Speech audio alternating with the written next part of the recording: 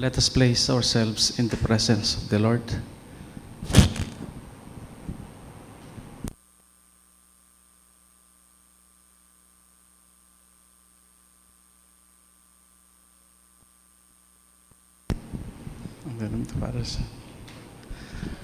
All right, good afternoon.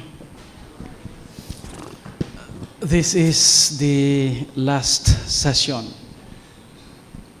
And we have to go a little bit faster because we are not given sufficient time. If you will ask me, it would have been appropriate that we had four at least sessions. We only have 12 hours to finish the book 2. That is too short. But anyway, let us make the most out of the period given to us. I could hardly catch my breath because I walked from first floor up to the 5th floor. I already had my workout this morning, and again, I will have another one this afternoon in the class. So, let me just start by asking you, do you still, I hope most of you here are Catholics, right? And do you still confess your sins? Yes. No more? You do not confess anymore? Okay. If you confess, what happens after confession? Absolution ka agad. Penance muna. You see?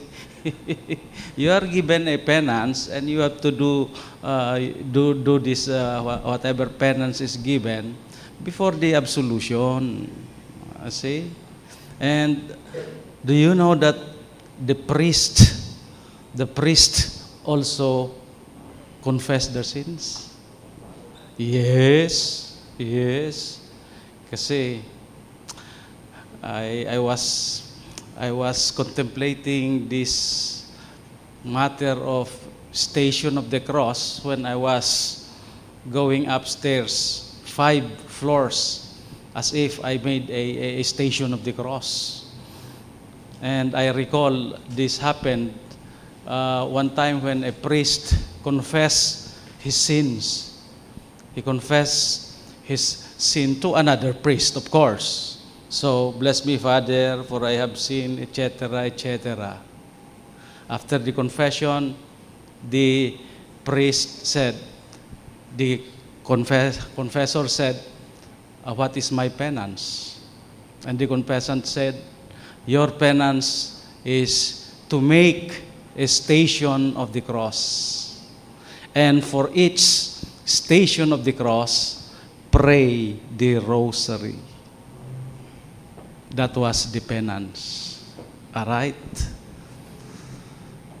3 days thereafter, the confessor becomes the confessant. In other words, there was a change of position. So, confessor becomes the confessor. He confesses sins, and after the confession, he asks, what is my penance? And the priest said, your penance is pray the Rosary. Thank you, Father. Wait. Pray the Rosary, but for each bead of the Rosary, make a Station of the Cross. For each bead of the Rosary, make a Station of the Cross. You know, you'll notice, class, that you will simply reverse the wordings of your statement. It will totally change or alter your answer. So, in the bar exam, see to it that the words, your answers, are coherently fixed.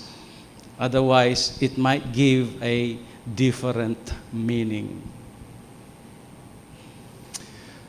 Yesterday we were talking about kidnapping, last paragraph 267. And we said that if the intention of the accused is to kidnap or detain the victim, and there is a subsequent killing or rape, such will constitute as a special complex crime. Supposing there are several killings, there is only one crime of kidnapping with homicide, okay? Of course, these several killings will constitute a separate offense, because in kidnapping class, for each victim will constitute a separate crime. If there are two victims, then two counts of kidnapping. And if the victim was raped or the victim was killed, then two counts also of kidnapping with homicide. I am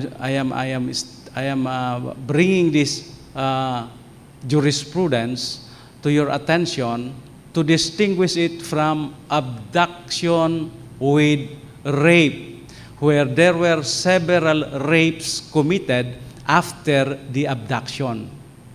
In kidnapping with rape, if there are several rapes committed against the same woman victim, there is one crime of kidnapping with rape, special complex crime.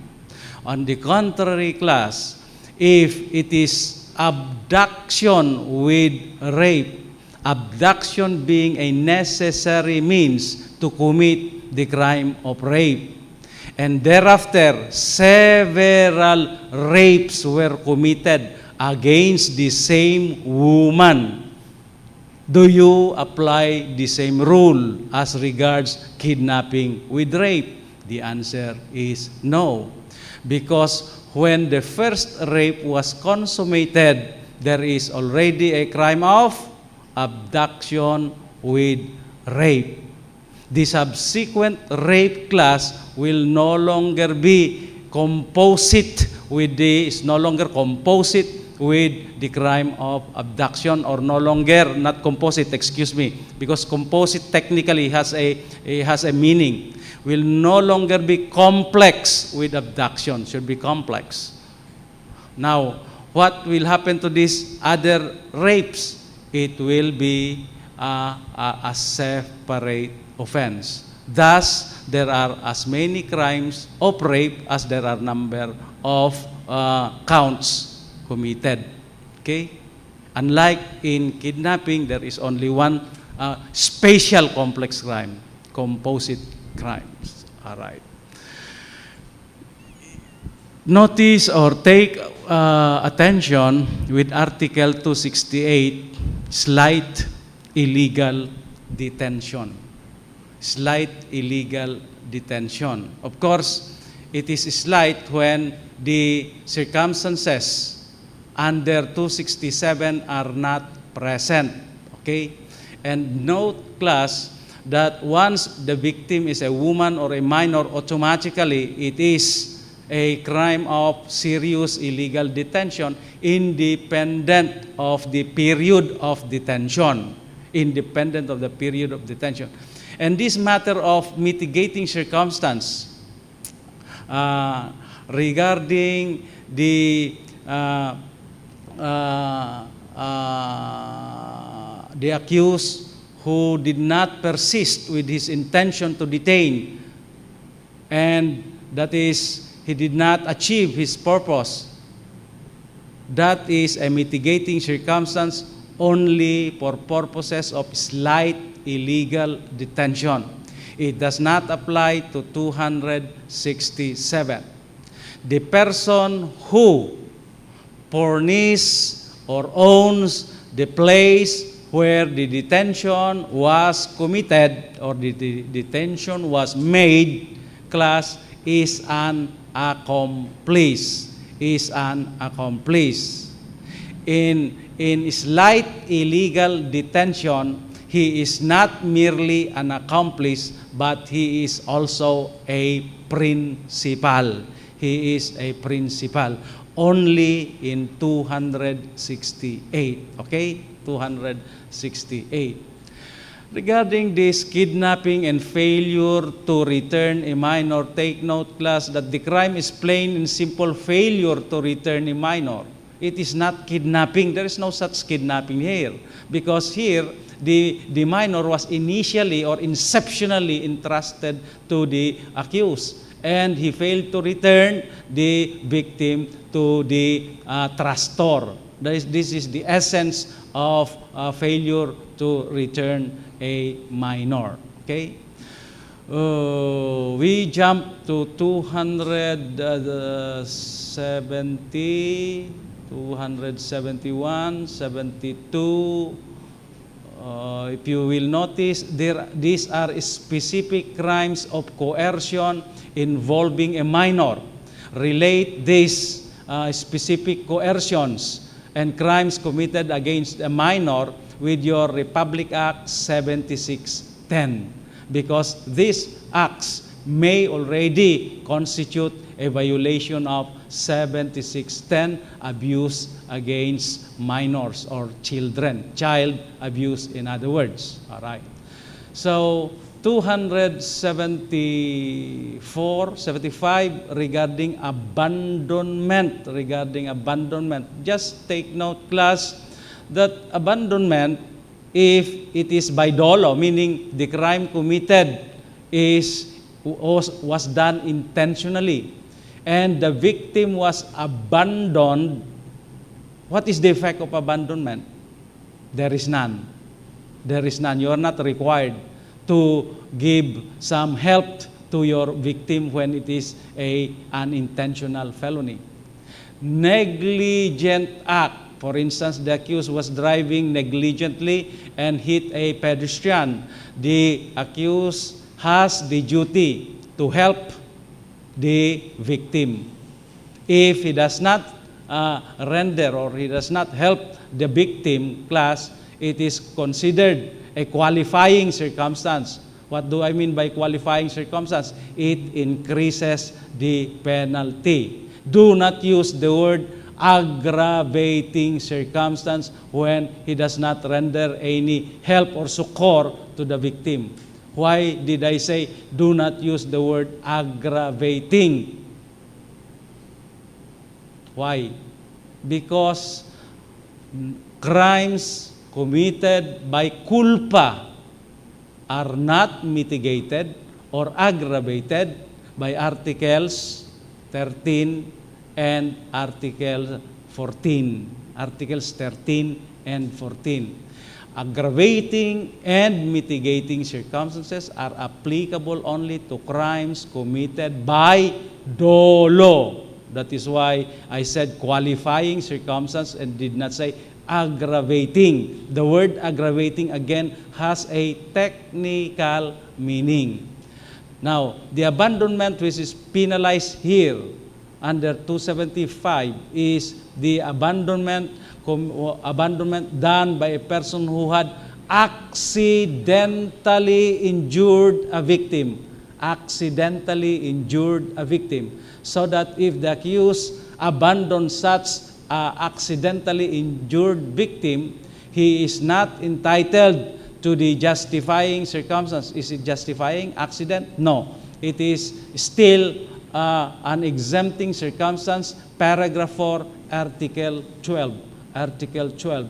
It is an exempting circumstance. He is not entitled but liable for abandonment. So that if the abandoned victim consequently dies, what happened? He is liable now for homicide because of the act of abandonment, applying Article 4, paragraph 1. Article 4, Paragraph 1, any person committing a felony shall be liable to the logical, necessary consequence or natural consequence of his act, although he did not intend the same. All right? We have discussed this matter of trespass to dwelling. What is this trespass to dwelling? Of course, we relate this to a violation of domicile. Note again, class, that the trespass must be done against the will of the owner, so that the mere entry inside the house does not constitute trespass. There must be a prohibition. This prohibition may either be constructive or actual. Of course, as I have said, if it is in the evening, nobody would like a visitor to come in which case there is a constructive prohibition. Constructive prohibition.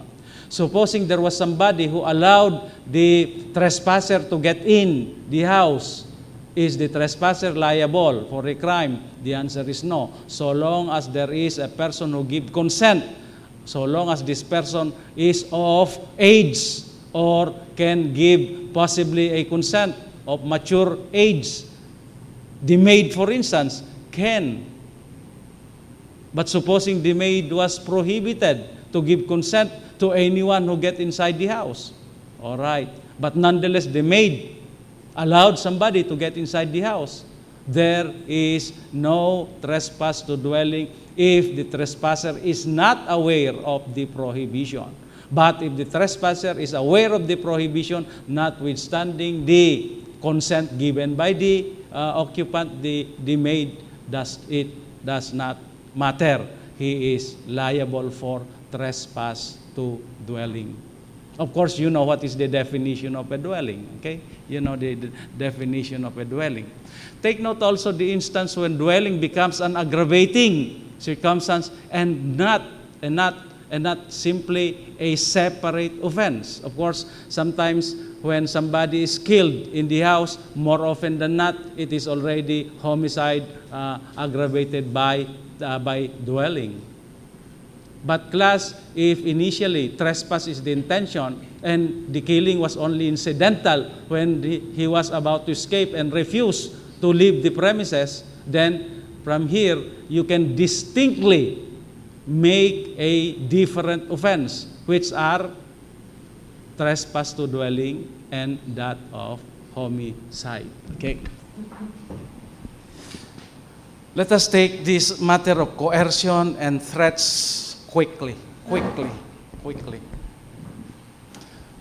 282, 283,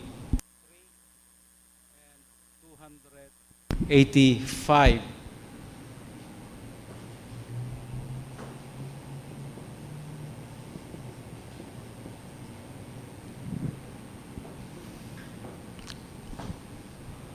Threats is grave. When do we say that a threat is grave? All right. It is grave, light, and others. Okay, which means it is also considered as a light threat. It is a grave threat class when the threat constitutes a crime with or without any condition. I will kill you if you will not deliver a car tomorrow. That is a threat with a condition. I will kill you tomorrow. That is a threat without a condition. It involves the commission of a crime. The second kind of threat is a light threat, which must be done with a condition. Sometimes this is referred to as blackmail or extortion. Did you see this cell phone? I have taken a picture last night. You and a woman very sweetly having a drinking at a certain bar in Makati. And there was even a kissing scene. I will show this to your wife, but I will not do that if you can spare me some 500,000 pesos. All right. There is a threat not constituting a crime, but it imposes a condition. I will report you to the BIR for non-payment of taxes. But if you will spare me 100,000, then that would be all right. No, I will not make a report. I will report this matter to the dean if you will not come with me tonight. Those are light threats punishable under Article 83. Yeah, 83 because this is 282. Okay? 283.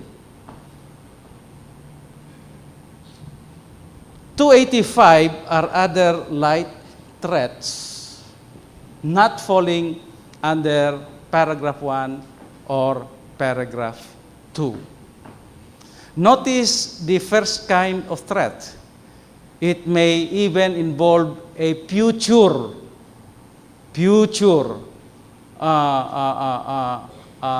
crime of robbery. Yes, robbery. I will kill you if you will not bring your money tomorrow. See? Give me 100 pesos tomorrow. Otherwise, I will kill you. Deliver to me. That is a kind of robbery, but it is not robbery because it is future in character. It is merely a grave threats with a condition. The others are light threats.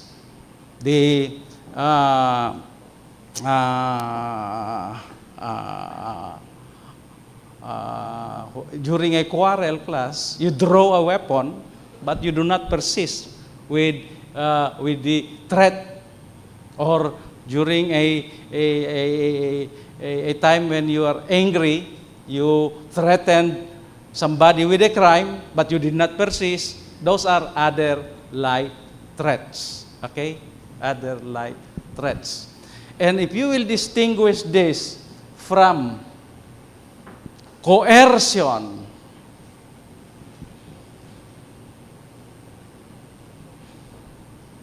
which may either also be grave or light. All right. Note, class, that coercion does not simply involve an act of compulsion. Grave threat when there is a force or intimidation in order to compel a person to commit an act. A compulsion is one where you require the doing of a certain act. It may also involve prohibition. Prohibit somebody prohibit somebody to do an act with force and intimidation, that is grave coercion. But notice, class, when it is compulsion, you compel somebody to do an act which is right, that is grave coercion. You compel somebody to do an act which is wrong, is that a coercion? The answer is also yes. Whether right or wrong, you compel someone to do this act, that is grave coercion. On the other hand, if you prohibit somebody to do a rightful act, is that coercion? Yes, because he had the right to do that thing, because it is not illegitimate, it is legitimate. However, this time, if it is a wrongful act which you prohibit, it will not constitute a coercion. See? Why? Because you have the right to prevent the doing of a wrongful act. Perhaps there may be another crime committed, if ever there is any, but not grave coercion. Light coercion. Light coercion may either be taking of a property to offset a debt from the debtor. Okay? Take the property of your debtor, because by a creditor, the act of a creditor, taking the property of the debtor to offset his indebtedness is a light coercion. And other light coercion is what you term as unjust vexation. Okay. This is 287. Union unjust vexation. Anything that will cause you irritating, that will cause you, that will irritate you, that will vex you, that is vexatious act, which is unjust vexation, penalized as light coercion, specifically under 287. Okay? Now, I will let us get some specific application.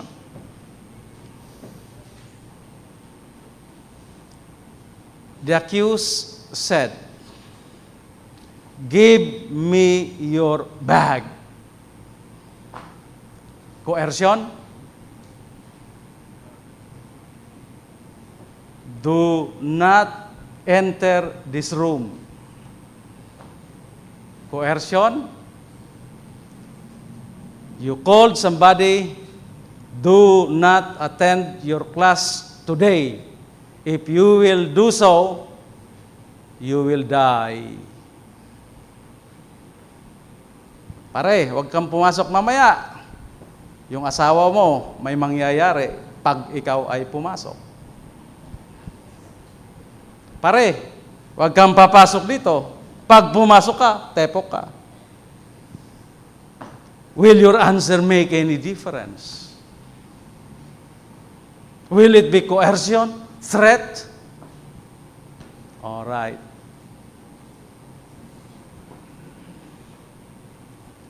The threat or the coercion to take the bag, is that coercion? All right. If there is an intent to gain, it is not coercion. Crime, plain and simple, robbery, because of the force and intimidation where you are doing to take the bag if it will not be delivered to you immediately. Note that the delivery as well as the infliction of the force or violence are immediate in character. Give me your bag, otherwise I will kill you. Deliver your bag tomorrow, otherwise I will kill you. Grave threat with a condition, because the delivery as well as the threat or violence are still in the future. Do not come here inside, otherwise I will kill you. Threat with a condition or coercion.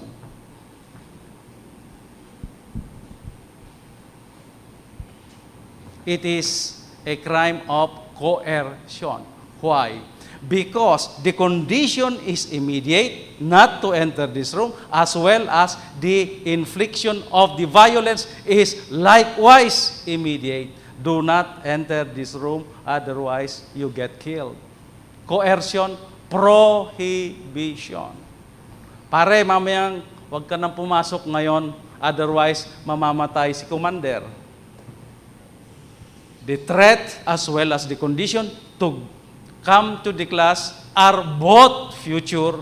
It is a crime of threat. Okay? So that discussion take care of threats as well as coercion. We proceed to Title 9. We proceed to Title 9. I hate this kind of work. As I told you before, yesterday, one time I attended a seminar abroad in Japan, and I was the rapporteur of the group, because I was then I was the lowest ranking officer. So I was designated the rapporteur. You know what is a rapporteur? He is the one who will prepare the reports. So when there was a lecture, I hurriedly take down these lectures, because immediately after writing on the whiteboard, the lecturer will push a button, and immediately, everything in the whiteboard is obliterated.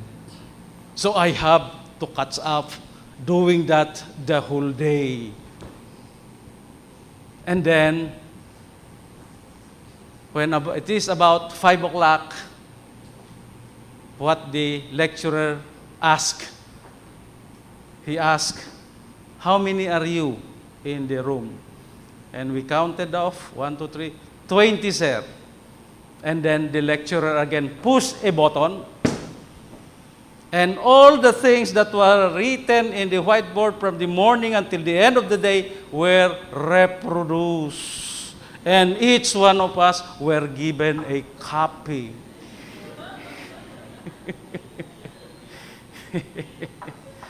That is an experience, unforgettable, unforgettable experience. And every time I make a lecture, that is always my wish. I hope we could also have that kind, where it will immediately be erased, and after the end of the day, each one of you will be given a copy of what were written in the whiteboard, so that you will not write anymore. I do not know if that time will come, maybe 10 more years, when you are already a lawyer, a seasoned lawyer, because it will only take you 5 years to become a seasoned lawyer with Ajinomoto. All right. Robbery.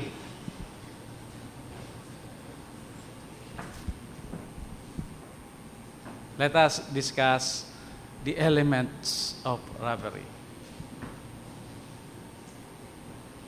What is the first element? Intent to gain. All right.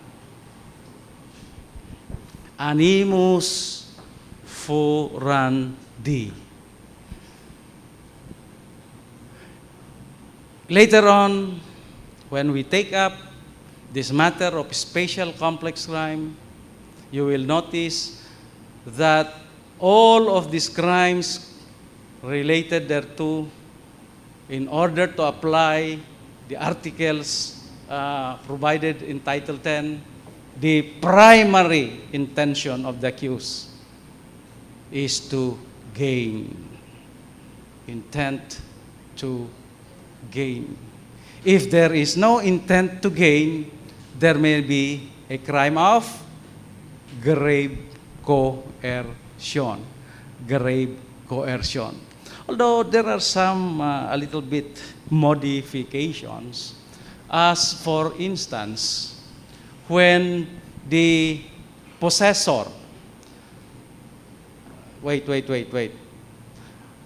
When the offender is the owner, yes, he does not ordinarily commit a crime of robbery.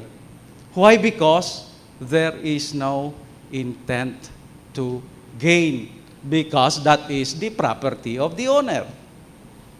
But there are some modification. Like for instance, the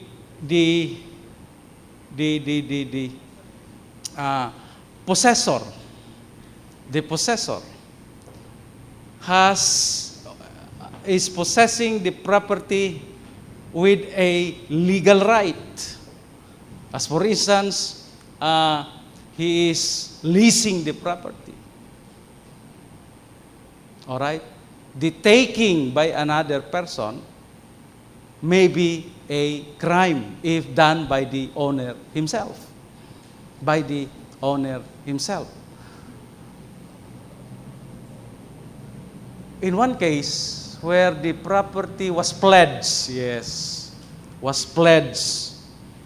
and it was taken by the pledgor from the pledgee, who has the right of possession, legal right of possession over the property. What crime is committed? Would it be robbery if it was taken by the owner? All right. This will constitute now a crime of estafa, because the possessor has a legal right over the property and the owner took it from the pledgee. It is a crime of estafa, I think 316 paragraph 3. 316 paragraph 3.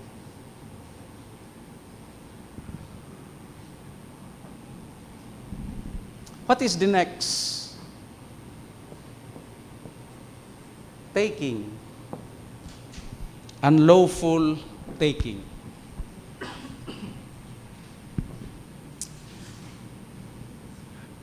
It must be taken by the accused from the owner. A question crop up whether the taking would be permanent or temporary. Class, whether you want to dispossess the owner temporarily or permanently, so long as it is an appreciable length of time, you had in effect dispossessed the owner and prevented him from the enjoyment of the property. Thus, if you prevent him from enjoyment of his property, there is taking, even if it is temporary in character, even if it is temporary in character. There was an issue before that it is not a crime of theft or robbery if the property was delivered to the accused. If the property was delivered to the accused, there is no taking, and therefore it cannot be a crime of theft or robbery. The answer is that is not correct, or that is not accurate. Why? Because even if it is delivered, there is still taking that would amount to a crime of theft if what was delivered is the material possession. Material possession.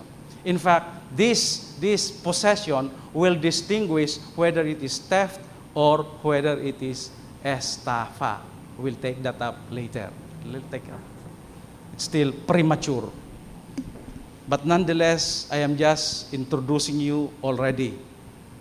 this matter of physical and juridical possession. And then, personal property.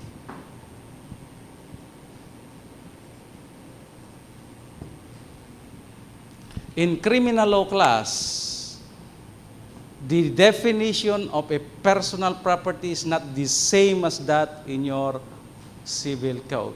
Because in criminal law, anything that can be appropriated, that can be the subject of taking, apoderamiento, is considered as a personal property. In fact, even a real property defined under your civil code may be the subject of robbery or theft. Like for instance, the fish in the fish pond, like for instance, machineries attached to the building. If these are removed, these machineries, they can be the subject of robbery or theft and are considered personal property. Perhaps it is timely that I will discuss the other kinds of personal property subject of theft or robbery, but may constitute another crime. For instance, if the subject matter is a motor vehicle, would it be robbery? Would it be theft? Class, I am interchanging robbery or theft because at this 1, 2, 3, this is a crime of theft. The fourth element would make a crime of robbery. What is the fourth one? Force. Okay. I will suspend the discussion of force. Meantime, the subject matter of personal property. If it is a vehicle, what are the possible crimes committed? Carnapping. Okay. 6389, 6359, I'm not sure. Republic Act 6359, carnapping if it involved a motor vehicle. Is that the only possible crime if the subject matter is a motor vehicle? The answer is no. It may also amount to a qualified theft under 310. When? All right. This time, when the motor vehicle was delivered to the accused, given with the consent of the accused. But what was given or transferred is only the physical or material possession. So that if it is a juridical possession class, this taking of motor vehicle or delivery of this motor vehicle may amount to a crime of estafa. As for instance, in a case where you lease a motor vehicle and failure to return it, the lessor or lessee has gained a juridical possession over the property. Okay? But lease of a public utility vehicle, there is no lessor-lessee relationship, but only material possession. Large cattle. What is the possible crime committed? All right. 310 in relation to your cattle rustling law, PD 533. This presidential decree class did not amend or did not repeal by the Article 310. It did not repeal. It merely imposed a higher penalty. Okay? Of course, class, it may still involve estafa if there is a juridical possession. Okay? What are the others? Mail matter. mail matter. It may be infidelity in the custody of document under 226 if it was done by the person in custody. It may be qualified theft under 310. It may also be a qualified robbery if it falls under the last paragraph of Article 302, in which case the penalty is increased. Last paragraph of 302. Then you have documents. Documents that has a value. This is a special form of robbery defined under Article 298. Compelling a person to execute a document that has a value like a mortgage or a deed of sale is a special crime of robbery defined under Article 298.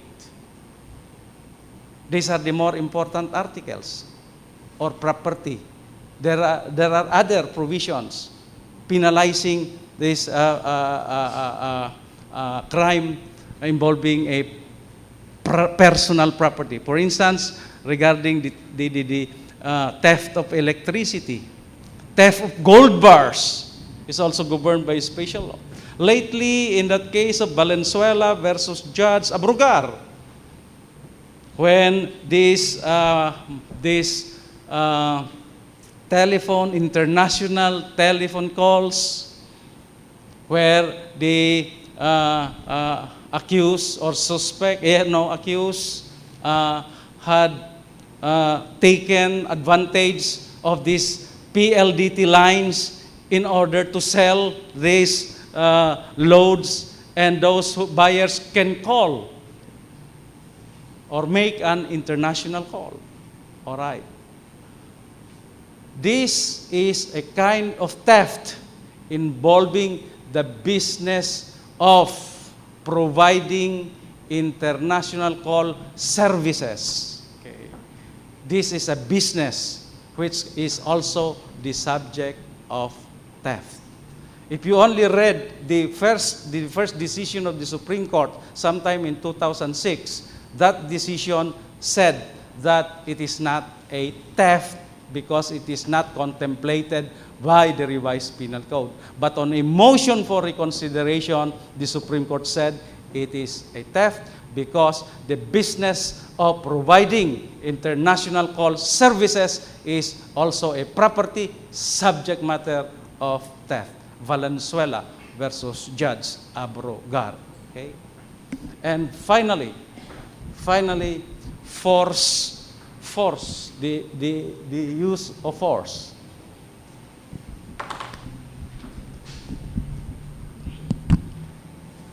The use of force, which may either be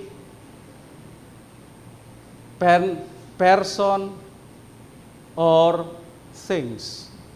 Force or violence against person and force upon things, governed by 294 up to 298 and things 298 up to 302. All right.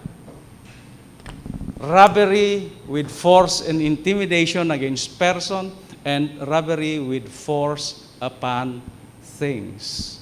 When is robbery consummated? All right. Insofar as robbery with force and intimidation against person, it is consummated the moment the accused acquired possession. It is not necessary that the offender is given the opportunity to dispose. The opportunity to dispose. Teka. This is the case of Valenzuela, where the Supreme Court said that there is no crime of frustrated robbery, frustrated theft. And in People versus Salvilla, the Supreme Court said there is no frustrated robbery. Okay? Why? Because upon the possession of the thing placed under his control, it is automatically consummated.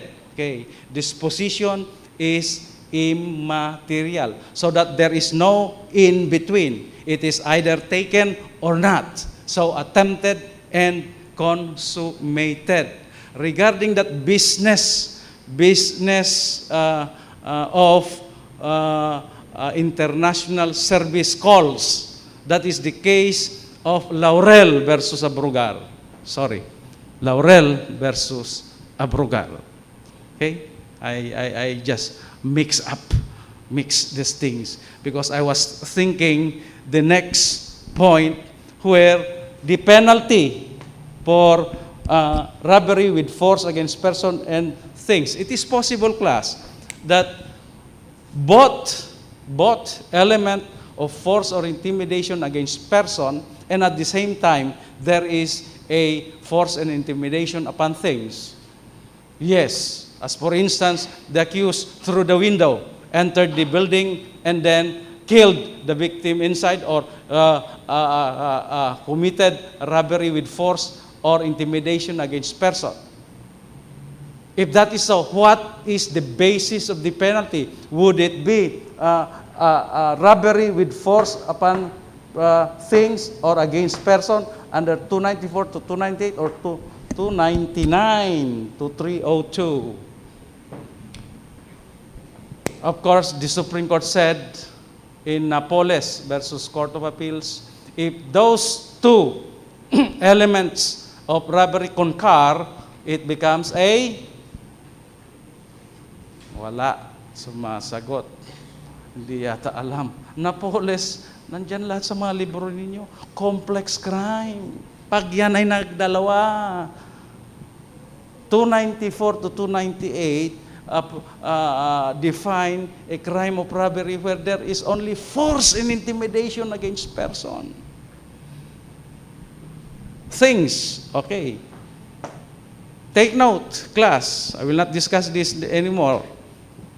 Take note that dependent upon the building, nature of the building, whether it is inhabited or uninhabited, the mode of commission may be modified. The mode of commission, whether it is inhabited or uninhabited, are the same but one, meaning there is only one exception. What is that exception? The use of fictitious name or abuse of authority. That mode is applicable only to an inhabited house. Because if it is uninhabited, saan mo gagamitin yung fictitious name? Hence, for example, in a warehouse, the accused pretended to be a public officer, an engineer who is inspecting the building, and was able to gain entry inside the warehouse and took the things inside surreptitiously. Crime committed. Of course, it could not be robbery, but a crime of theft only because it is uninhabited. It would be different if it is inhabited because that is one of the mode of committing a crime of robbery with force upon things involving an inhabited house. All right. Unlawful entry, the entry is done in an opening not intended for ingress or egress. Okay. Forcible entry, entering the building by means of force or violence, destruction of the wall, destruction of the door, destruction of the window, destruction of the ceiling to gain an entry. Remember that. Because if the window was destroyed or the window was used only to pick the things inside the house, that is a plain and simple theft and not a robbery. The accused must enter the building to constitute a crime of robbery with force upon things. Of course, there are two other modes where you do not need this violence. to enter. If the accused had already entered, there are two modes. When the cabinet or the door to that chest or cabinet is also destroyed, that will constitute force upon things. Oy. Again, this job of erasing these things is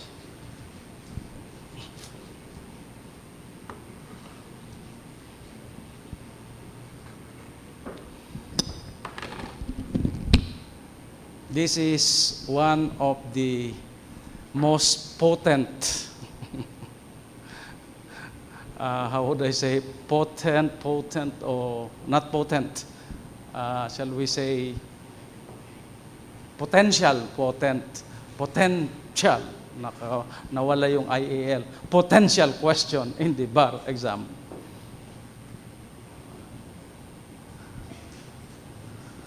All right. Your Article 294, which contains 1, 2, 3, 4, 5 paragraphs. Is there a crime of robbery with serious physical injury? Is there a crime of robbery with less serious physical injury? Is there a crime of robbery with mutilation? Is there a crime of robbery with arson? Under Article 294 class, there are 5 modes of committing it. When a robbery is committed with homicide, rape, mutilation, or arson, or under paragraph 263, paragraph 1, paragraph 2, both serious physical injury defined under paragraph 1 and paragraph 2. And then you have less serious physical injury and serious physical injury, which are not defined under paragraph 1 and paragraph 2, and other physical injuries. All right. Why did I make this illustration? Because the wordings of your law, paragraph 1, 2, and 3, provides that if these are the force or violence committed, it must be by reason or on occasion. But if it is this paragraph 4 and paragraph 5, then in the course of commission. Is there any relevance or significance of these terms? The answer is yes, very significant. If it is in the course or commission, these physical injuries or force and intimidation against person must be done before or during the crime of robbery. Before or during. If the robbery has already been consummated and the property was already taken, and subsequently there is slight physical injury inflicted, there is a less serious physical injury inflicted, it becomes a separate offense because it is no longer a necessary means. So that the taking would be plain and simple crime of theft. Theft. As for instance, the accused took it without you knowing it, your bag, and then ran away. You chase him. and inflicted slight physical injury. However, if homicide or this kind of physical injuries were inflicted, it becomes a spatial complex crime. It becomes a composite crime. It becomes a spatial indivisible crime. When do we say then that a crime is by reason or on occasion? All right. The Supreme Court said that the injuries or intimidation is by reason or on occasion class if it is intended to secure the property or loot. It is intended to prevent the discovery of the crime. It is intended to facilitate the commission of the crime. See? Prevent the discovery or kill or prevent the witnesses. These are instances where it could be said that these violence were committed by reason or on occasion, so that they may occur before, during, or after, so long only that the intent primarily is to commit robbery. The accused went to the house of the victim to commit robbery. He saw the maid, tempted by the voluptuous body of the woman, raped the woman, then committed robbery. It's still robbery with rape. But of course, if it can be shown that his intention is to rape, then it becomes a separate crime. If it was not his original intention to commit robbery, but rape was the intention. How do you know that? Well, it will all depend upon the facts of the case. Is there a crime of robbery with multiple homicide? Is there a crime of robbery with multiple rapes? Once there is homicide committed, these are all either absorbed or becomes aggravating circumstance. There could be no robbery with homicide with rape. Once there is no homicide, there is rape, these matters become a matter of aggravating circumstances. Of course, you are aware of the case of People versus Regala and subsequent cases where the Supreme Court said that the subsequent killings, the subsequent rapes cannot be considered an aggravating circumstance. Why? Because there is no law providing that these crimes, additional rapes, additional homicide, are aggravating circumstances. Nullum crimen nulla pena sine lege. There must be a law that would provide that these additional killing, additional rapes be aggravating circumstances. Otherwise, said the Supreme Court, we will be dealing with judicial legislation. There must be a law.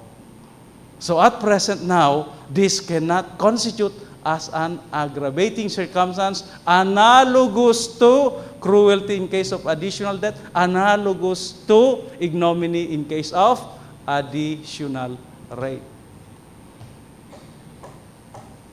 The word homicide is used in its generic sense, so that even if there is sororicide, there is homicide, there is infanticide, there is parricide, plain and simple crime of robbery with homicide. Even if there was a culpable felony, caused the death, is still a homicide. Even if the victim was one of the robbers, homicide, robbery with homicide. Even if it was the policeman who was killed, robbery with homicide. Even if it was the policeman who killed his fellow policeman, it is still robbery with homicide, so long as there is somebody who was killed in the course or in the commission of robbery. Okay? Maliwanag na yan. Lumabas ito. Last year, the other year, it was us again. The other year, lumabas again. It is 90 batting average. I said yesterday that in all spatial complex crime, the composite crime is always consummated. Rape with homicide, but the intended crime may be attempted or frustrated. In Article 297, that provision defines a spatial complex crime involving attempted robbery with homicide. With homicide. In like manner, the word homicide is also used in its generic sense. However, if there is a higher penalty for this homicide, what happened? The penalty for that higher crime, the penalty for that crime, meaning the higher penalty, will be imposed. Example, if the killing would constitute parricide, infanticide, then it is the penalty for parricide, infanticide, or murder which will be imposed. That is the difference. And that person killed must not be a member of or must not be one of the offenders. Must not be one of the offenders. Unlike in 294, robbery with homicide, it includes the offender. Okay? People versus Puno distinguish a plain and simple robbery from robbery committed in the highway, punishable under PD 532, highway robbery. Of course, the Supreme Court said if there is a specific victim, plain and simple robbery. If there is no specific victim, but anyone in the highway, then it becomes a highway robbery under PD 532.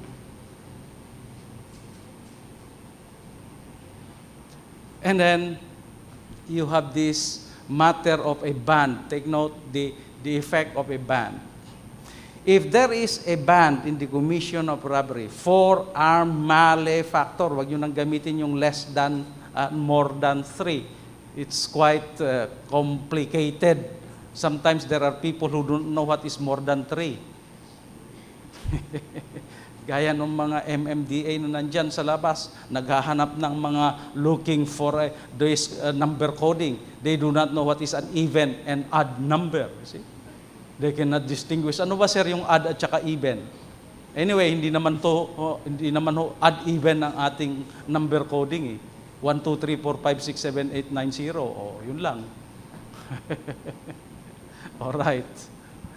When there is a band class, all assaults committed is also the liability of all the members of the band. The only exception is when they prevent the commission of that assault. Robbery with homicide, all of them will be liable. Robbery with rape, there is an assault against a woman. It is not among their plan. It is not among their plan. Of course, if they tolerated robbery with rape. But here, class, if it's committed by a band, automatically, whether it is the direct, natural consequence of the crime of robbery, they are all liable for all the assault committed by the band unless they prevented the commission of the assault. In one case, robbery, the victim took the woman away from the place of the crime and raped the victim. It was not a case of robbery with rape as regards the other members of the band. Why? Because it was away from the place of the robbery. There is no possibility that they could prevent. But if it was inside the building, then they will be all liable. They will be all liable. Okay? So robbery, theft, we have discussed already, in effect, when we discuss the elements of robbery. The only difference is that there is no force and intimidation. Plus the other kind of theft, where it involves a lost property, all right? Lost property, and you did not return this to the proper authority, that is also theft. Or in a case of malicious mischief, where the accused took possession was used by the accused of that property which was destroyed. Okay. Let us go to estafa.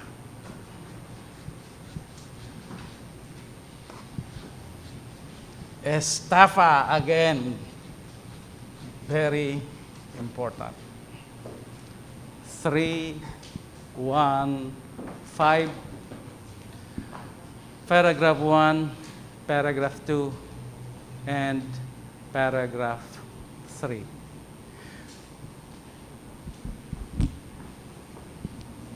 Estafa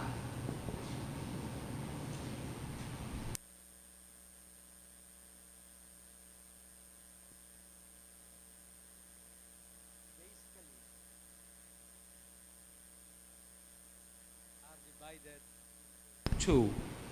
One, estafa through abuse of confidence, and the second one is by means of fraud or deceit. These are the only two kinds of estafa, generally. And under paragraph 1, you have A, B, and C. And then fraud and deceit, you have number 2, number 3, A, B, C, D, A, B, C. Never mind. All right. As regards the first paragraph, madali yan. Alteration of the quantity, quality of the object, subject of an onerous obligation. Take note of the words onerous. All right. Paragraph 1B, abuse of confidence. This one is the most difficult, but we will simplify the application of 1B because it is in this kind of estafa where there is a contract that is created between the accused and the offender because the thing is delivered by reason of a commission, administration, etc., etc., etc. In other words, there is the so-called prestation on the part of the accused, such that it is in this kind of estafa now class that you will determine the kind of possession which was transferred to the offender or accused. What kind of possession was acquired in that contractual obligation? Whether is it material possession or physical possession, so that the crime would be only a crime of theft, or would it be juridical possession where that kind of possession will be invoked even as against the owner? Why? Because he has a possession which is juridical in character. There is a legal bind that he can put out even as against the owner. And finally, a possession of an owner. If the possession that was transferred is that kind of an ownership, no crime committed, but there is only a civil liability. All right. Civil liability. In a juridical possession class, there is actually a contract. A contract. And this kind of contract, example, lease agreement. You rent. All right, there is a juridical possession. In a contract of bailment, mutum, comodatum. When is there a juridical possession? Mutum. Ano ba yung mutum? Ano yung comodatum? Oh, sige. I presume you know that. But let me just explain. In mutum class, there is a transfer of ownership. Example of a mutum, yung depositary. You deposit your money to the bank. There is a mutum, there is a transfer of ownership. Unlike in a comodatum, there is no transfer of ownership. You have to return the same thing which was loaned to you. There is a juridical obligation, juridical possession subject of estafa. Trust agreement is basically class a case where there is a juridical possession. Trust receipt law. Remember that in a trust receipt agreement class, it is not a contract of loan. It is not a contract of loan where the relationship of the trustor and the trustee becomes a creditor and a debtor. Creditor and debtor. Of course, you know what is a trust receipt agreement. Of course, you know that. If I will explain all of these things, I might be going over your civil law, right? Civil law. Usufructuary, the usufruct, also is a juridical possession acquired. There is a juridical possession acquired. The pledgee in a contract of pledge. But supposing you instructed your driver to pledge your ring, and that ring was not pledged but sold, is there a juridical possession acquired by your driver? No. That is not, he is not the pledgee, but he was only authorized to take delivery of this ring to the pawn shop. Hence, there is only physical possession and not a juridical possession. It is only class in this kind of estafa, 1B, where there is a necessity of determining this juridical or physical possession. In all other cases, especially more so, if there is fraud or deceit, forget about juridical possession. Forget about juridical possession. Question: is there a need for a demand before the accused could be held liable for estafa? The prevailing jurisprudence now, class, is that demand is not necessary so long as the offended party can prove that there is a misappropriation or appropriation of the property subject of the offense. And misappropriation has been defined by the Supreme Court as any act contrary to the agreement of the party, so long as it was used for another purpose, for a purpose not intended, or for the purpose which was not agreed upon, there is a case of misappropriation. But then, what is the reason why there is a demand?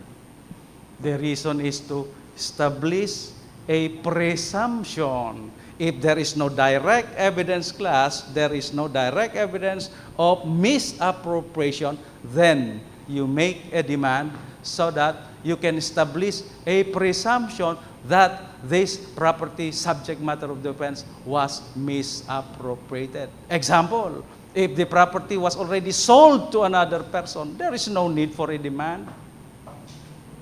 There is no need for a demand. If there was a demand, and then there was a novation of the agreement of the parties, the incipient criminal liability did not arise, and therefore that novation will effectively change or modify the relationship of the parties and will not give rise to a crime of estafa. So long as that novation was done before the filing of the case, that will not, the appropriation will not give rise to a crime of estafa. Why? Because the relationship is now of a juridical possession, but it becomes a possession by an owner, hence there is only a civil liability. That is the only time that there is I would not say extinction, but at least the liability is already novated, that a crime of estafa can no longer be sustained. Because novation under Article 89 is not among the grounds for extinction of criminal liability. Okay? It merely novated the relationship of the parties, hence the juridical possession will now be obliterated. Very good. Fraud and deceit. 2A is the generic misrepresentation, fraud, possessing power, etc. in crimes of illegal recruitment. That is the article applied to A. I will not discuss C anymore. Delivery of a blank instrument. Okay, you can take care of that. When it was filled up by the accused, that is a clear case of abuse of confidence. I will take up 2D especially. What is 2D? Yan. It involves the issuance of a check, post-dated, dated, simultaneously, so that the issuance of the check is in consideration of the giving of the property, the offended party parted with his property because of the check. The fraud or deceit existed simultaneously with the exchange. If it did not exist simultaneously, there is no, either before or simultaneously, then it cannot be a crime of estafa. In one case, class, the check was delivered the following day after the property was delivered. The check was considered as a payment of a pre-existing obligation. The property was not delivered anymore because of the issuance of the check, because it was issued subsequently. All right. The law provides issuance of a check. Therefore, only the drawer or the issuer is liable. An endorser is not liable unless he is in cahoots or in conspiracy with the issuer or drawer. Then you may still apply paragraph 2D. But supposing it was the endorser who issued the check simultaneously with the taking of the property, it will not be a crime of estafa under 2D, but it may fall under 2A. 2A, possessing power, fraud involving the misrepresentation by the endorser. 2A ang mag-apply. Okay? 2A ang mag-apply. Question. Is demand necessary under 2D? The Supreme Court said, just like any other kind of estafa involving fraud or deceit, demand is not necessary. Again, demand is necessary only for the purpose of the presumption that at the time the check was issued, the accused issuer has no fund or no account in the bank. So that if it can be proven that at the time of the negotiation, the check already has a closed account, no need for a demand, but estafa can already be filed. Nonetheless, class, despite this, if after the demand there was payment, then there is no crime of estafa. There is no crime of estafa. You do not need to prove that at the time of the issuance of the check, the accused knows that he has no fund in the bank. Unlike in BP 22, you need to prove that at the time of the issuance of the check, the accused knows that he has no fund or he has insufficient. The law says insufficient fund. And that when deposited, it was dishonored. In BP 22 class, demand is indispensable. Why? Because if the accused make a payment, the issuer makes a payment, then the liability is abated. It is abated. The requisite under BP 22 is more stringent because this is a mala prohibita. Malum prohibitum. Okay? Mali yung mala prohibitum. Okay? Malum prohibitum. Alright. It is indispensable that a demand be made to the issuer. And this demand must be received by the issuer, and from that time of receipt, the 5 days will commence to run. The Supreme Court said it is not enough that the receipt, registry receipt is attached or shown as an evidence. No, not even the receipt of the issuer signed, the receipt signed by the issuer, that is not sufficient.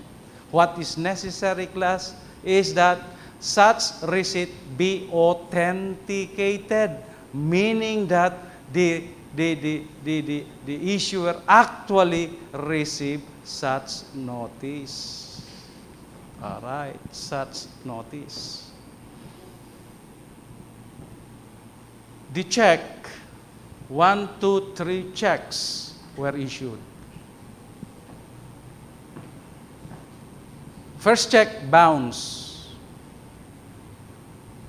Presented for payment, it bounce. Account close. All right.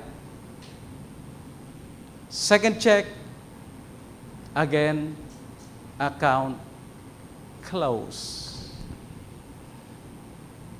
The issuer was notified. As regards the first check, account close. Second, third check, account close, no demand was made because the payee already assumed. Question, may the accused issuer be held liable for second, third? Of course, the prosecution said, first check already was dishonored, and dishonored because of a closed account. So it is already useless that we send him a demand as regards the second and third notice and second and third check. The Supreme Court said no. Demand is still necessary even if there was a previous notation that the account is closed. Why? Because if the accused pays, walang liability. You see? Walang liability. Ito na ngayon, sabi na accused. The reason why the check was dishonored is due to a closed account. No account. BP 22 says that there is a violation if the cause of dishonor is insufficient fund.